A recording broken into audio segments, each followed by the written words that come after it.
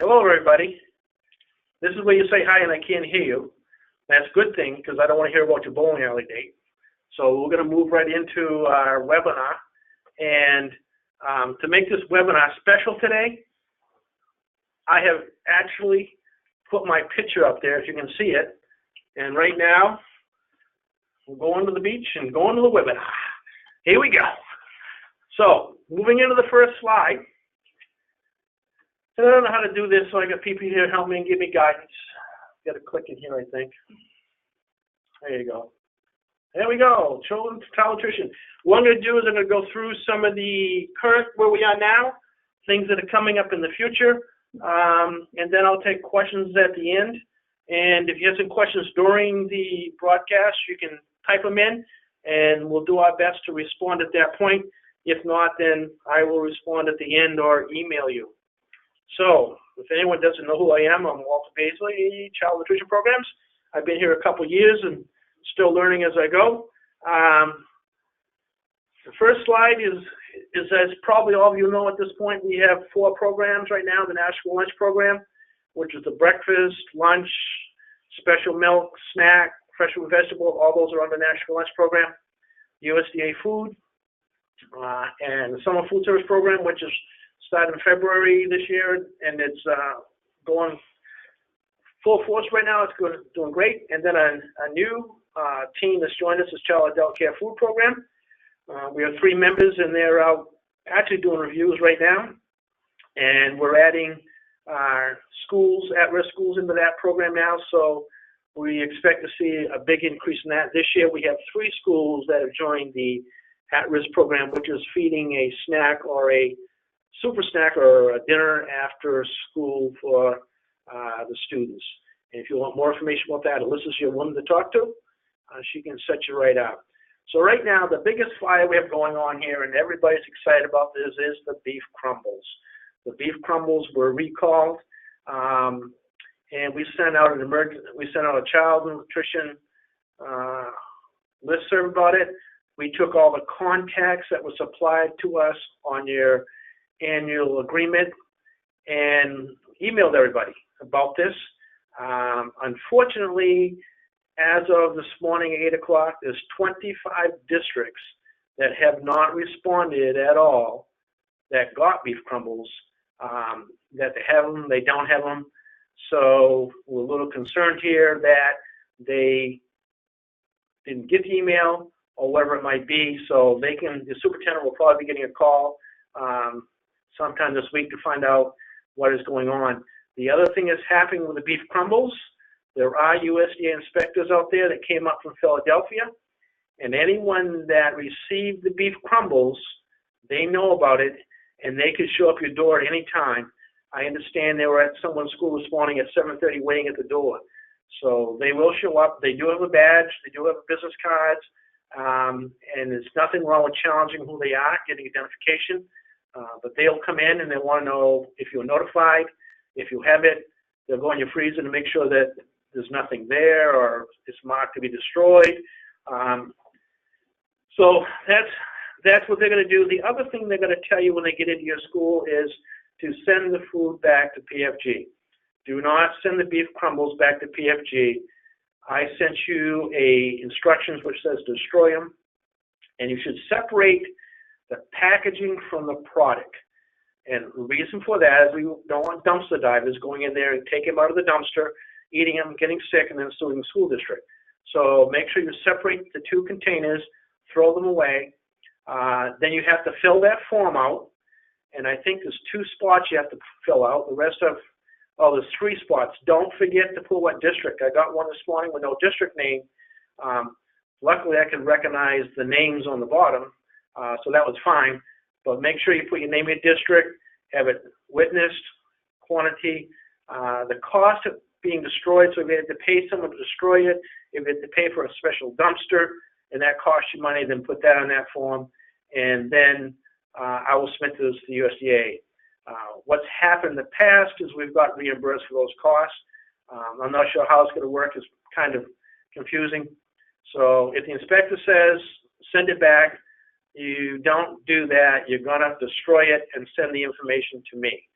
So that's the beef crumbles, and the beef crumble recall is only in the state of Maine. So we know we're special and we're super special now. They had a problem with beef patties in Connecticut. So it's only these two states right now that this is affected by. So that's the beef crumbles. If you haven't responded, make sure to respond if you got the product. Summer's up and running. We have summer programs in all counties again this year.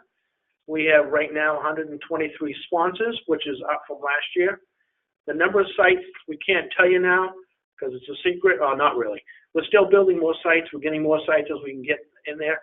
But one of the new exciting things this year is we have, I think it's 3 state parks that are piloting with us for a summer program within the park. So the park's going to run maybe a junior ranger program, and then we're going to supply meals to the kids at the same time. So there's 3 that are piloting that with. That could be a great opportunity for both the state parks and for us at the same time. So it's not too late if you're already a sponsor to add more sites. We encourage sites, obviously. Okay, moving on. The price equity tool. The price equity tool is a tool we acquire every year. It's kind of crazy when the district's putting money in and we still have to raise student prices because the goal usually is to keep the prices affordable to kids and the parents. I always use a story, I was a family of 4 and we raised 4 kids, so you send 4 kids to school, it's $3 a meal. That's $12 a day that parent's going to pay out for the school lunch program. And parents, the middle class people are struggling as it is, so we try to keep that cost manageable. If the district this year, as of January 31st, on January 31st, if they had a 0 or a positive balance, they do not have to do the price equity tool. If they had a negative balance, report it to us, they have to do the tool. If they have a negative balance on their books but didn't report it to us, they still have to do the tool. And we're looking at this during the administrative reviews. The new auditors are looking at the price equity tool. They're going to probably ask for a copy of it. So the first few that get audited next year are going to have to probably pull out something and tell them, well, as of January 31st, I didn't have to do it. So keep that in mind. The tool is uploaded with a packet every year. If it's not uploaded the packet, Nancy probably won't approve the packet and ask you questions. She has a list right now of the districts that will have to do the price equity tool. So, and don't wait till September to do the tool. You really need to think about doing that thing now. So if you have to raise prices, you go through the school board. We will not approve applications without a price increase or documentation they didn't need it. So get that done now. You have 3 options. You can raise student prices. You can say, well, my district puts in, $50,000. I'm going to use $10,000 of that towards my price equity offset, and that just stick in a memo or letter or something, and you'll upload that with your price equity tool. Or, as of January 31st, make sure your program is in the positive or a 0 balance. And these districts that carry a negative balance from year to year to year, this is going to really show up in this case here.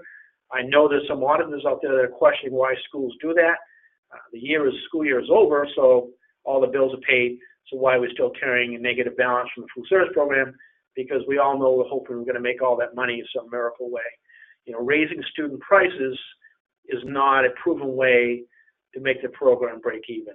As you raise prices, you lose kids. So at what point where's that magic number? So you have to look at that whole formula where you want to be. We always get questions on adult pricing and student pricing. The adult meal must cover the cost of the meal using normal size portions that you give students. So your adult price must cover the cost of the meal.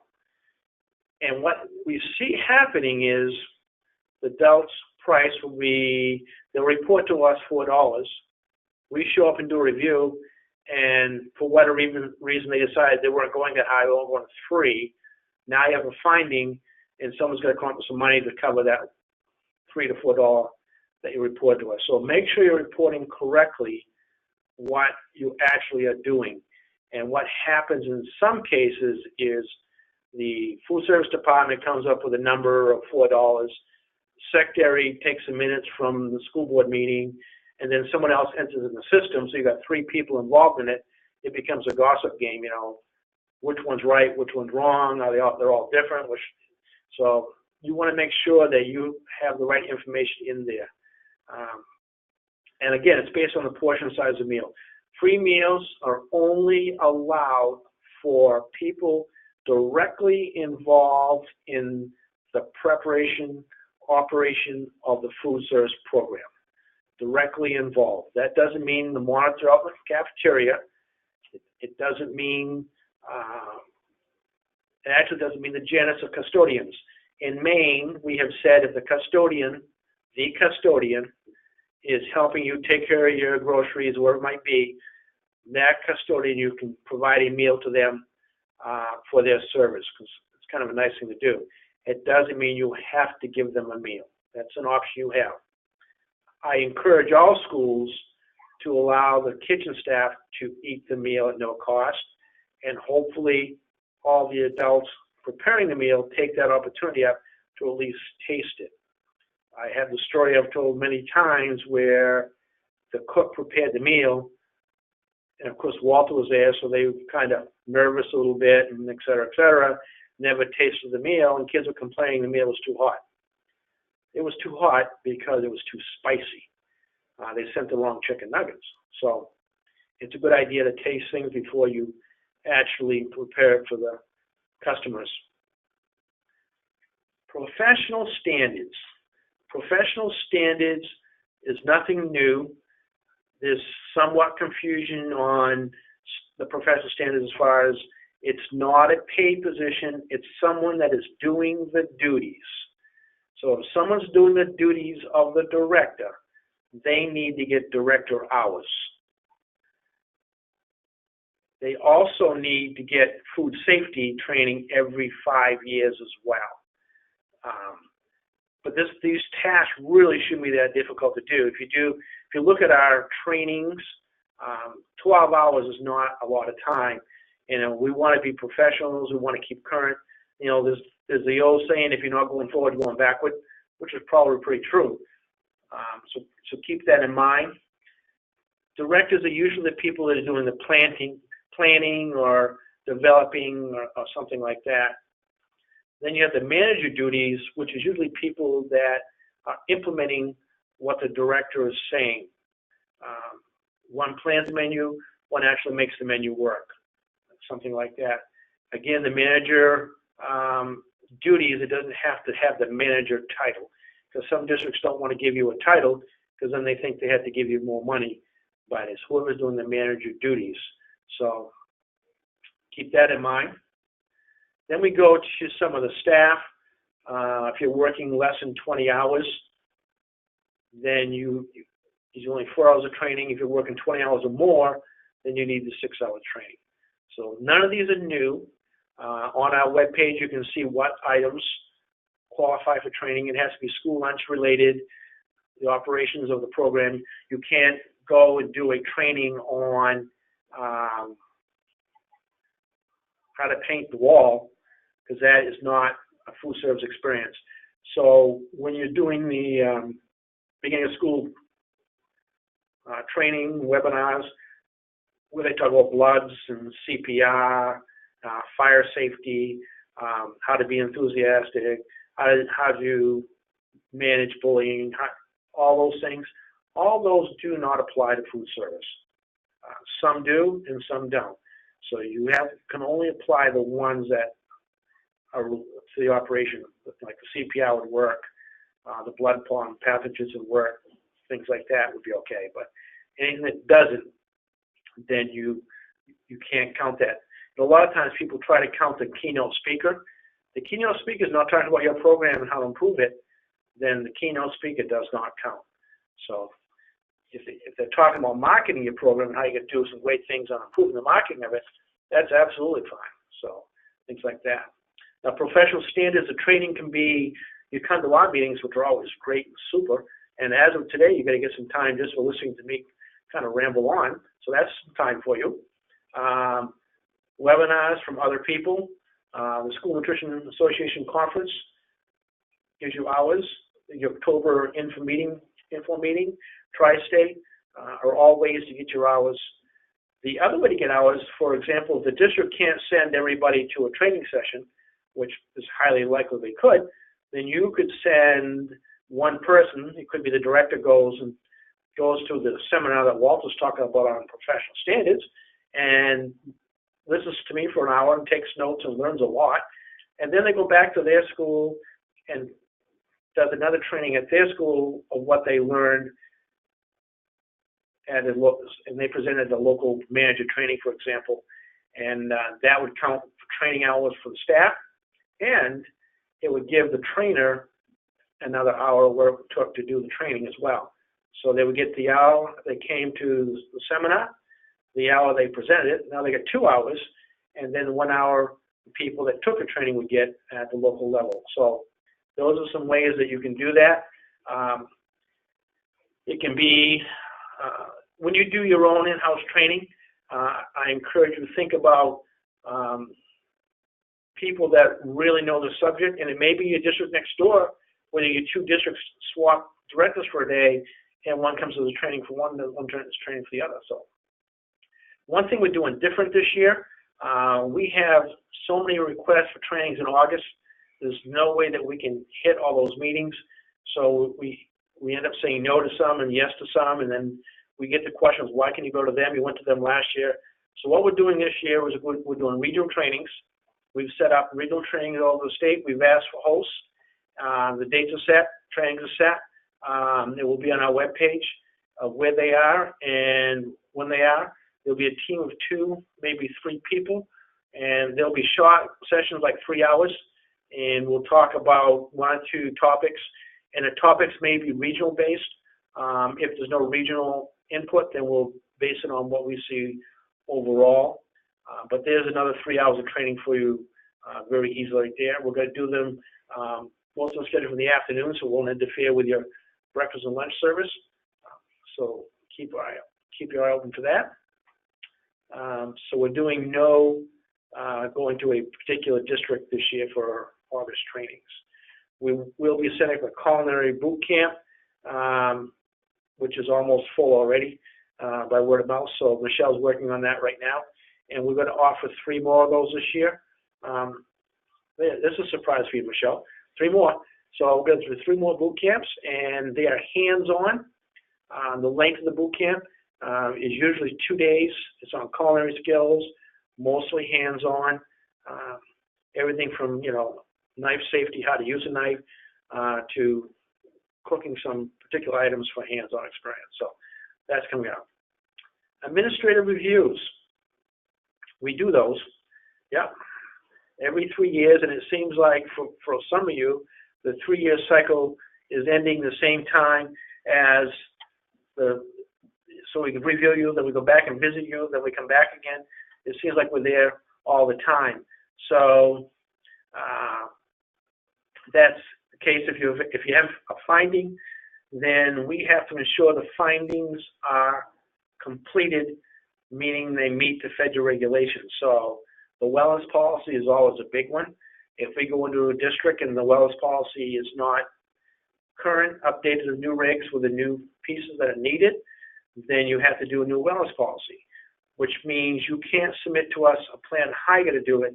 We have to see the completed, approved wellness policy, which usually means it has to go through a couple readings, and the school board will ask you questions, et cetera, like that. So that has taken sometimes 3 months to get a wellness policy through. The corrective action for any finding and review has a time limit on when it has to be submitted. So if it says it's due by April 1st, don't put it off hoping that it's going to go away, because it won't go away. You want to make sure you address the finding. If you can't get it done by April 1st, you want to talk to the reviewer and say, look, I need another week, explain the problem, and then you may be granted extension. The problem being, if you don't do that with the regulations the way they're written now, after the 30 days, if we don't see any closing of the finding or satisfactory work in progress, we have to stop paying you your reimbursement. So we don't want to do that. That does not help anybody. It just creates more work for us and more headache for you. So make sure you look at those 30-day. It's usually 30 days we give you, but if you can't make it, let us know. We're finding fewer findings in some of the areas, that the district is doing training on. In one particular district, they had some really good things going on, and they did no training in one area, and that's where we found some findings. As you know, the new review process is pretty in-depth. It feels like we probably live there. You have 20 pages to fill out before we get there. Then we're there asking you questions, and then we get follow-up questions. So it's pretty intense. There's a new section on procurement, which Maine hasn't really done a great job on because we focused on other areas. Well, next year we're going to be working on that much heavier than we are now, just in preparation to let people know. The thing we're also looking at, kind of on this whole review process, looking at buying some software for our staff where they can come in and do the review on a tablet, and that'll give you more immediate response on ideas and positive thinking, things like that. So that's going to happen next school year as planned. So the procurement piece is always a struggle. No one's an expert in procurement. We're working on that as well. The 2019 school review schedule is done.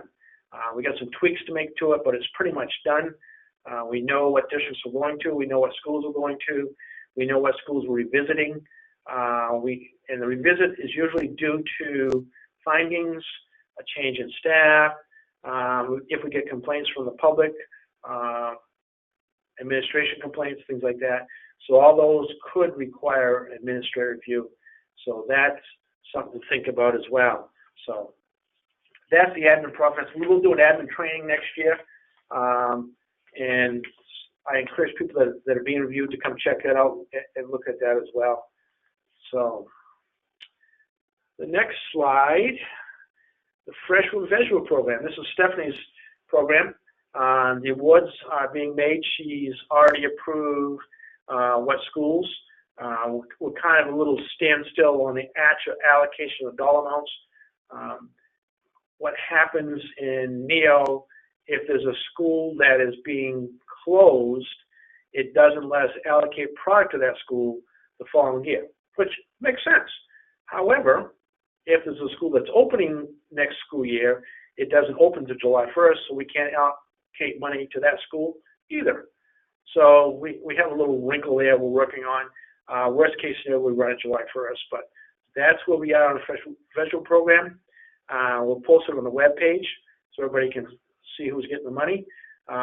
One thing about the Fresh Vegetable Program, the equipment grants, we have to look at your program on the review you just had, the most current review.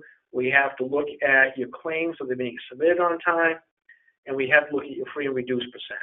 Those are three of the major criteria that are out there. We have school districts that, when I say your claim has to be on time, that means submitted and approved. That's where we fall down a lot of times. The superintendent never approves the claim form on time, whatever reason it might be, but it has to be submitted and approved. So we want to make sure you look at those dates.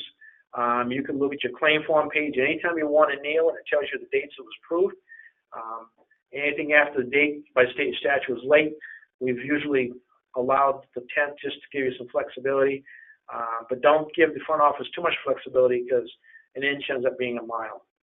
The other problem with the Fresh Vegetable Program is the monitoring. Some districts have said, okay, I'm going to turn this over to the athletic director. He's going to do the Fresh Vegetable Program for us and running this program at the same time. Or I'm going to give the school nurse and he or she is going to do this and that. And then what happens is the food service director will lose sight of it. gets busy doing other things and never goes back to monitor to make sure the program is running right. The money goes to the food service department. It's the responsibility of the food service department that it's being used correctly and being spent properly on the correct products. The other problem with the fresh fruit vegetable program, which really doesn't make any sense to me in some ways, is we have schools not using all their federal money, or only 25% of their money, or only 10% of their money. I can't understand why you can't use your federal money. So Stephanie has been instructed to, if there's money in a school that's substantial, to move it around to give other people money. This year, when we did the approved schools, we thought some backups. So if we have to move money, we may be able to add another school or two to it. So use your federal money. There is a product usage, program usage report in NEO where you can tell how much money you got and how much you've used. I encourage you to look at that. That's what we're looking at. If you have any problems with spending money, let me know, and I can come up with some ideas to spend money. So, let me know. And talk to Stephanie. Don't wait till it's too late. We're looking right now at a method that we can roll the June balance into August, September of the following year. The grant starts October 1st. So there's no money for the 19 grant until October 1st. And when the feds changed the regulations, we haven't been able to get a method to move that money from June 30th to September, because they're two different school years, even though it's one fiscal year. So a little confusing there. And we met with the programs again this morning. They think they have an idea. So keep your eyes open for that. If you have money, my suggestion is spend it. If you can spend it now, spend it now. I really hate turning money back to the feds because they like to take it, so let's take it and keep it. So that's a fresh fruit vegetable program. USDA food. Oh, yeah, we love that. Terry's in charge of USDA food. She's out this week. Don't call or email her. If you do, we'll just sit there. The annual audits last year, we had a lot of feedback about getting too much product at one time. So when you order 50 pancakes for the year and you have to take them all in one drop, it became a problem with freezers and storage, and they had to take them out to inventory. So it became a real problem. So what's going to happen this year, I haven't seen the actual document. So they say it's coming, but I haven't seen it, that when you place your annual order, and let's say it's for December, then that order will be spread out over the months after that, and you'll choose what months you want to come in. For example, like I said, if it's December, that means it'll be offered on December, January, February, March, and April. April, you have to take your products, no matter what. They have to go out of the warehouse. But you can control what month you want to get it. The other side of this is, by doing that change, you got to have to go in every month and submit the order. Last year, if you didn't submit the order, you automatically got your annual order items. This year, if you don't submit an order, you don't get anything. So we'll get some calls saying, I got nothing this month. Did you submit an order? Oh, I have to? You have to submit an order. And I know I'm telling the people that are going to do it anyway, and the people that don't come to the webinar or listen or pay attention, then they're the ones going to call us. So we'll deal with that as time goes by. The amount of PAL you're getting seems to go up every year, but the amount of items that you get appears to be decreasing. Well, that's absolutely true. PAL is going up. Items are decreasing. The amount of money we're getting is slower than the costs are increasing. So we did a quick study, and we found that some of the costs have raised much more than the PAL has raised. So that could be why you're seeing less items offered to you. Your annual orders should be already done this year. If it's not done, you're in trouble. You can talk to us, but everything, all the records I have say everybody's submitted, and we'll do the same thing next year. We're looking at next year when you do your annual order. that you'll do your annual order and your NOI and your DOD all on one page, all at the same time. So you can see all your facts. It may be laid out in different boxes, but you haven't got to bounce from here to there. In the NOI, we're looking at changing that to either pounds or dollars instead of a percent. Because what happens when you use a percent, if your PAL is 5,000 and it's 10%, then your PAL goes to 4,500. When we run the real numbers, you lost product which you didn't intend on losing. So we're going to look at that. We're also looking at a method. If you sign up for NOI for 500 pounds of turkey, you're going to get 500 pounds of turkey. We're just sitting on a ton of product. We just lost a bunch of product. USDA split our accounts, and they relieved us of some products. We're going to do, in January, the School Nutrition Association does a NOI food show. Right after that food show, we are going to have an NOI meeting, and David will run the meeting, and we're going to give everybody the opportunity to, at that point, determine what they need for product and what products they want us to get. What happens is a lot of times the school districts will go and they do their seek and search mission on the floor, and they decide they like this chicken product, for example, and they tell the broker, oh yeah, this is good, yeah, this is good, I'm going to get some of that. And then when it comes down to the order, they don't order it. So now the broker says, well, 25 people, they said they wanted it, and only one requested it. So how come you're not ordering my chicken? We have to get enough quantity to get the product. So we're going to give you the chance after January Food Show to say, this is what I want, while it's still fresh in your mind, and we can apply that. So, oh, Jenny, oh, turkey. We love turkey. We still have plenty of turkey. We're going to offer an allocation, offer you the opportunity to get some of that turkey out. This is going to be the last year of Jenny O turkey. So if you want to jump on the turkey wagon, you want to really watch for that. It'll be coming out, and get what you want for turkey, because it is going away. This turkey thing's getting old. PAL and analog counts, at the end of each year, they get swept, as you know. They all go back to zero, so if you use your PAL, it goes to zero. If you don't use your NOI, it goes back to zero. And the people that do NOI, just thank you next year, because that gives them a little discount on their price next year, because you already paid for it once. We don't make you pay for it a second time. So I just tell everybody else, thank you very much. We are going to make an exception probably on the turkey.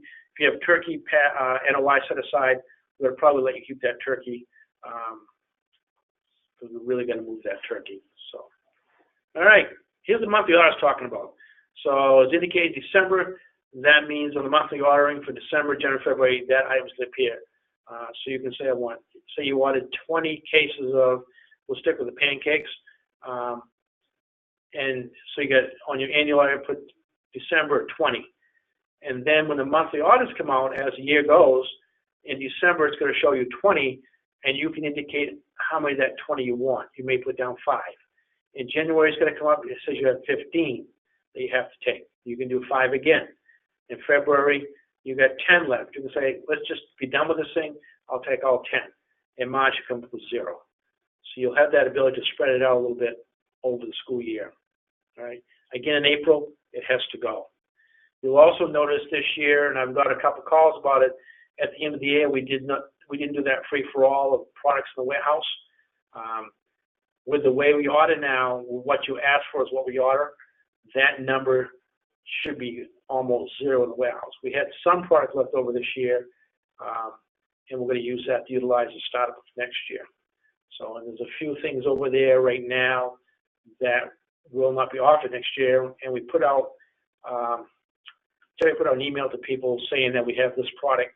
If you want it, you can take a decent amount, and we can make arrangements to get it shipped to you. And I think there's some products still left. I'd have to check on that. So I think there's strawberries and 30-pound buckets left. Refried beans, I think, is left. I can't remember what else. So if you can take it, you have to take at least 20 cases total, because we're off the PFG contract at this point. So, but they would love to send it to you. School year 2019. School year 2019.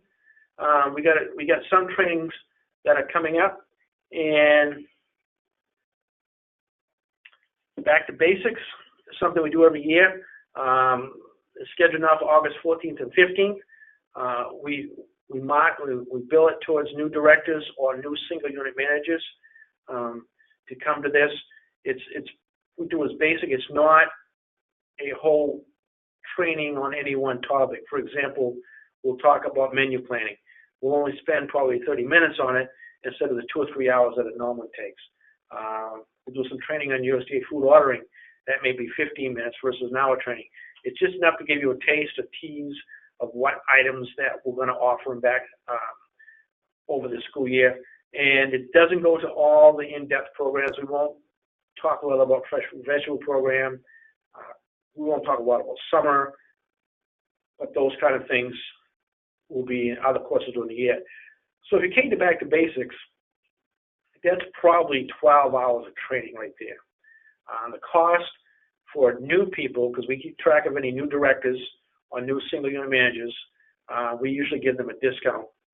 So if we know you're a new director or a new manager, then Paul will be nice to and give you a discount. She's like that, she's good. So we also have a list of all new directors or vacant positions in the state as well. So if you know there's going to be a vacant position, or if you know of one, let us know so we can put it on our list. That way we make sure to invite them to come to training. The other thing that's useful, we have directors or people that want to be a director say, anything in Worcester County for a job. And we'll say, yeah, there's going to be a job opening up there, and we can tell you where it is. And then you make your own arrangements to find out about it. So that's back to basics. The review training and the verification training are the same day. The review training goes through the review process. It's considered your entrance conference. Gives you an opportunity to ask questions. Is this right? Is this wrong? What do you want from us? Keep in mind, when we show up to do your review, the more prepared you are, the less time they're going to be there. It gives you a chance to ask some questions if they're all done. There's all kinds of things to benefit getting it done. So that 20-page off-site form, make sure it's accurate, get it done.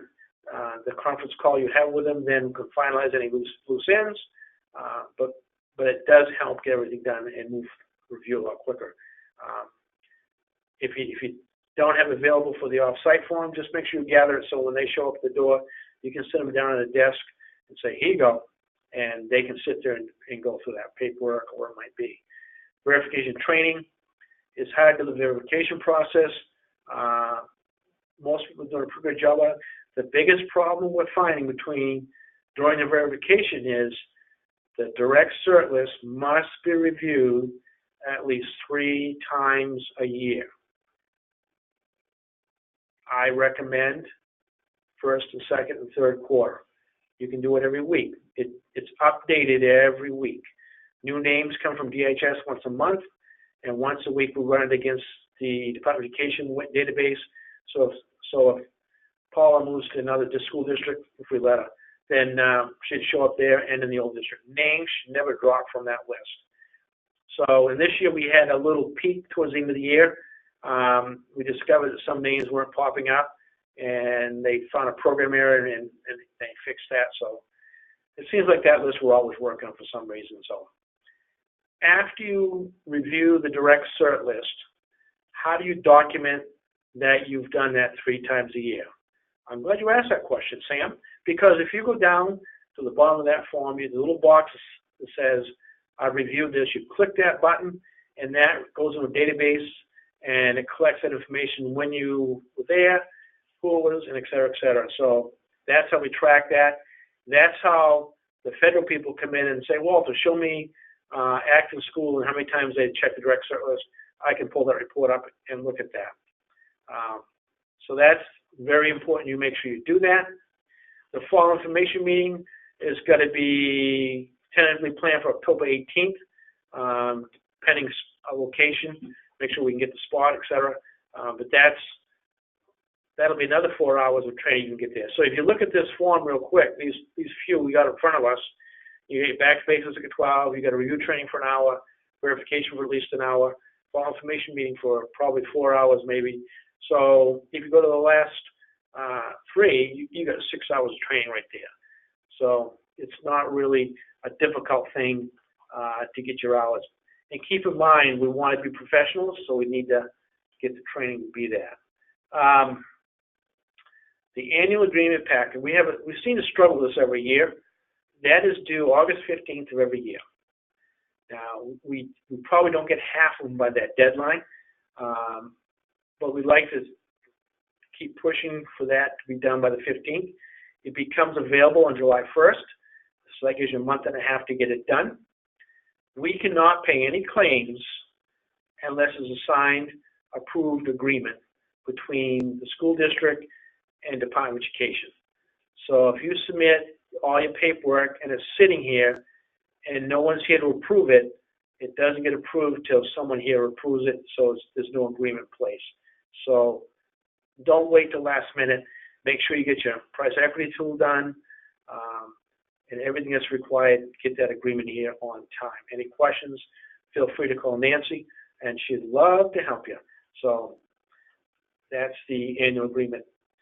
And it happens every year, so it's not really a surprise to people that it has to be done. And it comes up pre-populated as well, so that's another good thing for that. Now, the other couple of new things that we're thinking about is the culinary boot camp. Like I mentioned, we're going to do one coming up soon. Michelle did a culinary light boot camp where we only did one day for abbreviated, and so we'll do 3 more. She hasn't got locations yet or where they're going to be. So if you're interested in that, you can contact Michelle, and she can look at her schedule. Michelle and I will talk. It can max of 20 people per session because it's hands-on, and we don't want to give 50 people a sharp knife and have Michelle be the instructor because I don't know how that would work. So we'll limit it to 20 people, and we'll give them plastic knives. No, just kidding. Anyway, so that's what the culinary boot camp is, and what she's doing, she's working up topics on, so she can specialize it. Maybe one on self-serve bars, salad bars, pasta bar, potato bar, that kind of thing. Maybe one on baking or breads. So she's working on different ideas for different themes. So that'll be coming up. The other thing we do really new this year is in January, give or take, we're going to do a Back to Basics Part 2. And what I've heard is the people that go to Back to Basics, when you come to that course, you have people that have been there on the job one day or 1 week, or maybe they've been there for a couple of weeks. So as I say, you don't even know what question to ask because you don't know what the questions are.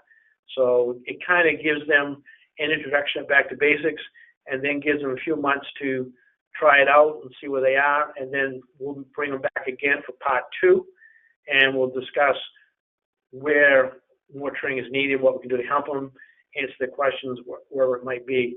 So now Back to Basics Part 2 right now, I can't tell you if it's going to be live or if we're going to do something where we can talk back and forth like a video conferencing. I don't think you can beat the live communication back and forth.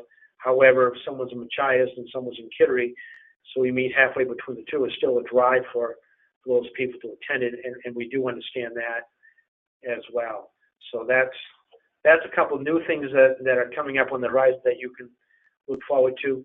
I'm sure we'll come up with some more creative ideas in the meantime, but that's where we are there. DOD, Department of Defense, this is where your fresh fruit and vegetables were coming from. And the amount this year, per your request, was increased 3 times over last year. So big demand for it. It seems to be working very well. We've had some rocky starts with it. It's moved into summer as a test this year. So I don't see any changes in players as far as contracts. It will still be Hartford Provisions that has the contract, and Native Maine delivers the food for them. What we have heard, which is interesting, is you want to watch your pricing to make sure you're getting the best deal you can as well. I don't understand why the price is different through the DOD program versus what you buy directly from Native Maine, but there is a price difference in some cases, if not all. So in DOD, you have to have a $150 drop for them to put that food in the truck and drive. So the $150 can be all DOD. It can be a mix of DOD and what you buy directly from native Maine, but it has to be $150. It also can be if you've got two schools that say, look, I only need $75, you need $75, let's have a drop at my school, and then we'll come and get it. We'll do it that way. Or we'll meet at the Armory and split it up or something like that. So you combine districts like something like a food purchasing, but it'd be limited to one point. You know, when the truck leaves Westbrook, Maine, and drives to Washington County or Worcester County, they get all the transportation laws in where they can only drove so many hours. So if they drive up there, it's a night because they have to stop and go off the road for so many hours to sleep. So now it's costing the company gas and overnight expense as well. So keep that in mind. Same procedures as last year. If we weren't DOD this year, then we can set you up in July to make sure we can see what we can do to help you. Equipment assistance is the newest thing that's happening. We told you earlier that we didn't think we were getting money. Well, we got surprised. We got about $85,000 coming to Maine. Paperwork was signed Monday, so we can get the money. We have sent down to regional office our application timeline and things like that. So we're waiting for approval from them to bless it and have that back to us. So once we get the dates confirmed, we'll roll with that. Last week in the Thursday update, we kind of give you some rough idea of what we wanted to do. One of the applications out mid-June. We wanted them back so we could look at them, and then we can award it. So during the summer, you can install the equipment. Claims would due at the end of September, the end of the federal year, and we do the reimbursement there. If you get awarded, you have to get the agreement back to us saying, yes, I want the money. If you don't get the agreement back to us, then we say, oh, they don't want the money, we'll give it to somebody else. So the agreement comes back, and then the claim form comes back after the equipment is operational. You know, sitting there in the box is not considered operational. It has to be operational. So watch for that. The big change in equipment this year is, in the past, it's always had to be that you had to have $5,000 to consider equipment. This year only, they've lowered it to $1,000. So I don't expect $85,000 is going to go a long way, especially if you go as low as $1,000, which kind of makes sense of some of the equipment that we need. There's no sense of buying a proofer and we add the lights to it and the wheels and the flash and TikTok machine to get it over $5,000. So that should be a huge plus. Legislative bills. There are a number of bills this year. 5 that kept floating around came to the surface. The big one that people ask about is the 1684, which was called the shaming bill. The Senate had made some big changes to it, and one of the changes that she made was she changed the name. So the new name of 1684 was Act Regarding the Meals in Public Schools. So it wasn't so shameful. The bill is floating around. It's been tabled. I don't think you'll see any action this year on it, but that basically said you can't refuse any kid a meal no matter what they owe or their economic status. And it also had in there that the school district would create a charging and a collection policy approved by the school board. But again, this isn't passed. The other bills are either tabled or sitting in appropriations. There was one for money for lunch that went nowhere at this point. So there's no bills really that you have to worry about changes at this point. If they do, I will let you know, but they are not in town. So we're going to let the school year 2019 begin, but let's not let it begin till after summer. We're going to make sure we all have our summer vacations and get our little beach time in so we can just kind of relax and refresh ourselves for next year. I'll take a couple questions. You know, I'm not big on questions, but no, I'm just kidding. Send me questions, and Paula's here to give me guidance on what I'm supposed to do. So I'm going to turn this. Let me turn the webcam off. So I'm going to go away we're playing it. So I'm using a mouse. Paula's using a mouse. So, all right. So questions? I don't see any questions. Should schools still complete the tool increase they need? So someone's asking on the price equity tool, do I still have to do the price equity tool? You don't have to do the tool if you have a zero or positive balance of January 31st. However, if you don't do the tool this year and next year you have a negative balance, you're going to have to almost back up a little bit to catch up for the year you didn't do the tool. So we encourage you to look at the tool, complete the tool so you have all the documentation if you should happen to be negative the following year. If you're never going to be negative, then you can gamble and run that road. So, yeah. So encouraged, have to, only if you're negative, you have to.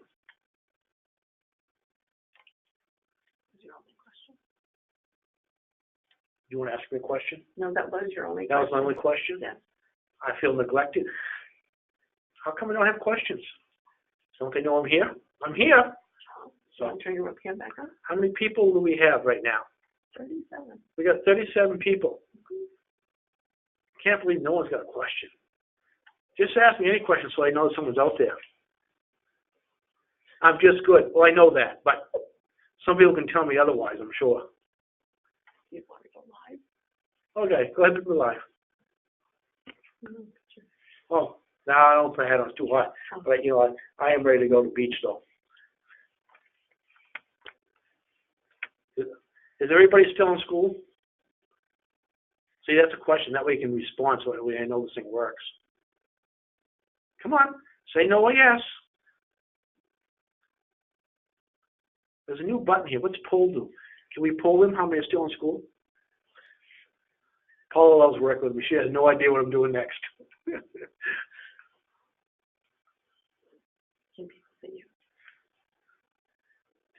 I'll start singing. That's a warning. All right. Can people hear me? Did I just talk to myself for an hour? My wife says I talk to myself. It's not true, though.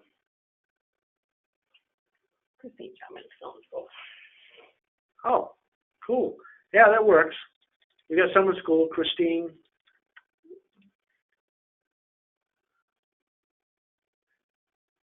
Cheryl, how you doing, Cheryl? I haven't seen you for a while. Don't get out of the office one. Janice.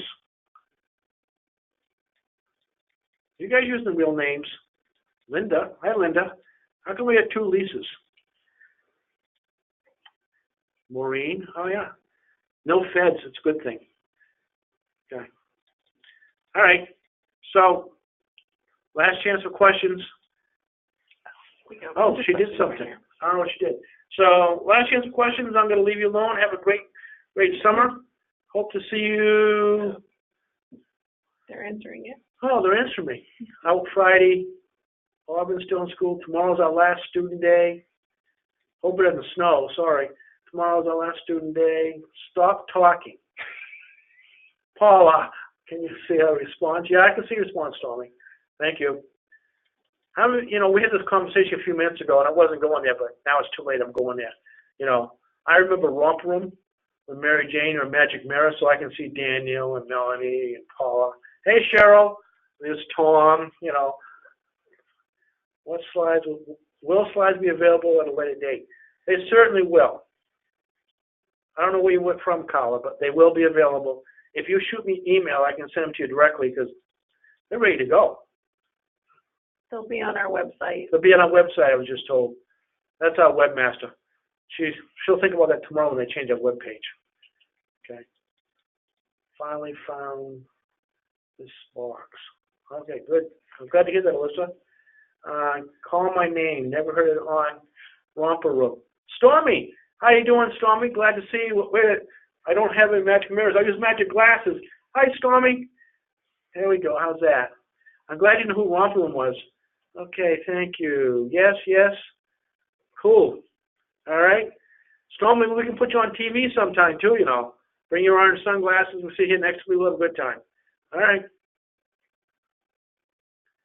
Okay, Ashlyn, did you get beef crumbles?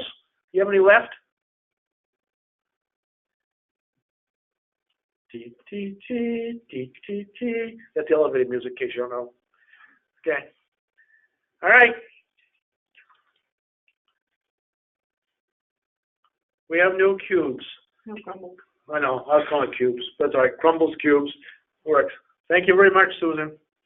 All right. Say goodbye. No one took me up on it? All right. Thank you, Stormy. All right.